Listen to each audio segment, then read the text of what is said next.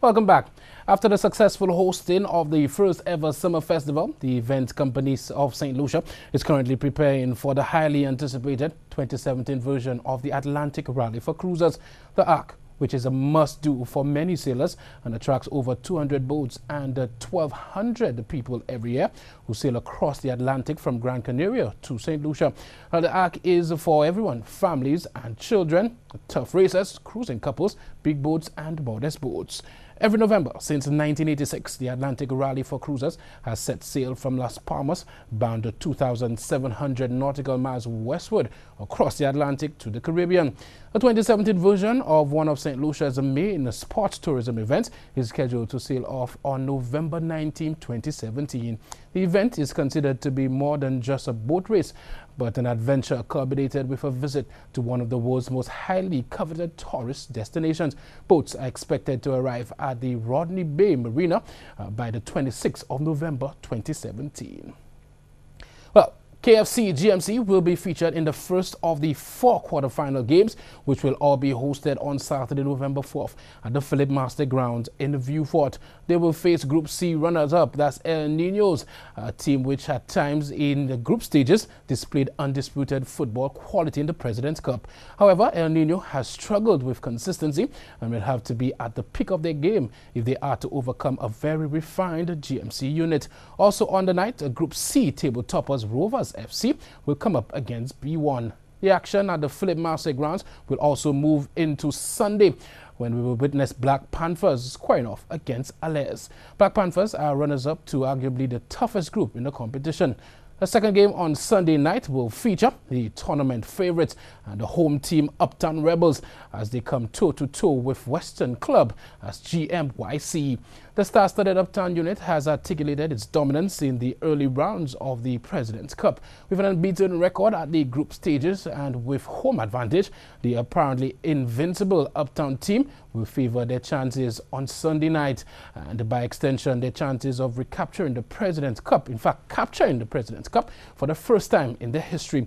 If so, this would draw in even more accolades to Vieux Fort South, a district which has already attained unprecedented success on the national level.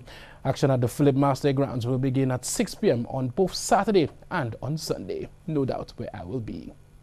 Well, in just 3 weeks, the shores of Raidery Beach will be filled with various sailboats such as J-24s, Surprise and cruising class vessels, possibly even a huge schooner, with 25 to 30 boats expected to bring about 150 sailors to the shores of St. Lucia. The St. Lucia Yacht Club took action to be proactive with the impact on the environment. Joining with Sailors for the Sea to operate a clean regatta, the Mango Bowl Committee has been working feverishly to establish specific protocols and processes to accomplish this clean goal. Regatta Director Lily Bagas is on a mission to run a clean regatta.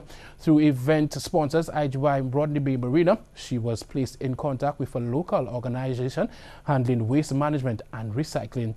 The public is welcome to view the regatta through the weekend, with racing on November 25th and 26th from the St. Lucia Yacht Club. Well, United States quarter-mile legend Michael Johnson has revealed that he advised recently retired sprinter, that's Usain Bolt, to end his career after the high of the 2016 Rio Olympics. Well, the 31-year-old double world record holder did eventually call time on his career following this summer's London World Championships, but things did not go as planned for the sprinter. In the final individual race of his career, an out-of-sorts-looking Bolt had to settle for bronze. I spoke to Usain and advised him to stop after Rio, Johnson said. He went on to imply that Bolt's ability to hit peak strides likely came down to a matter of motivation. Wow, probably Bolt should have retired then. Well, now for our so sad moment of the week, Wade van Niekerk. Well, the 400-meter world record holder and the man tipped to replace Usain Bolt as track and field's superstar got injured this week. Well, one would think that he may have been injured during training, at the gym, or in competition on the track. But no, Van Niekerk was injured playing tag rugby. Like, seriously? The Olympic and world 400-meter champion underwent surgery on medial and lateral tears of the meniscus in his right knee. Well, sadly, many people are looking at his significant other, Van Niekerk was pretty much in celebratory mode after recently getting married. For many, this is just a bad omen. You get married, then suffer a major injury soon after. Well, the recently married quarter miler is expected to be out of action for around 6 to 9 months, and he will miss the Commonwealth Games in Australia in April. So sad. Well, that's sports. So let's take a look at the weather.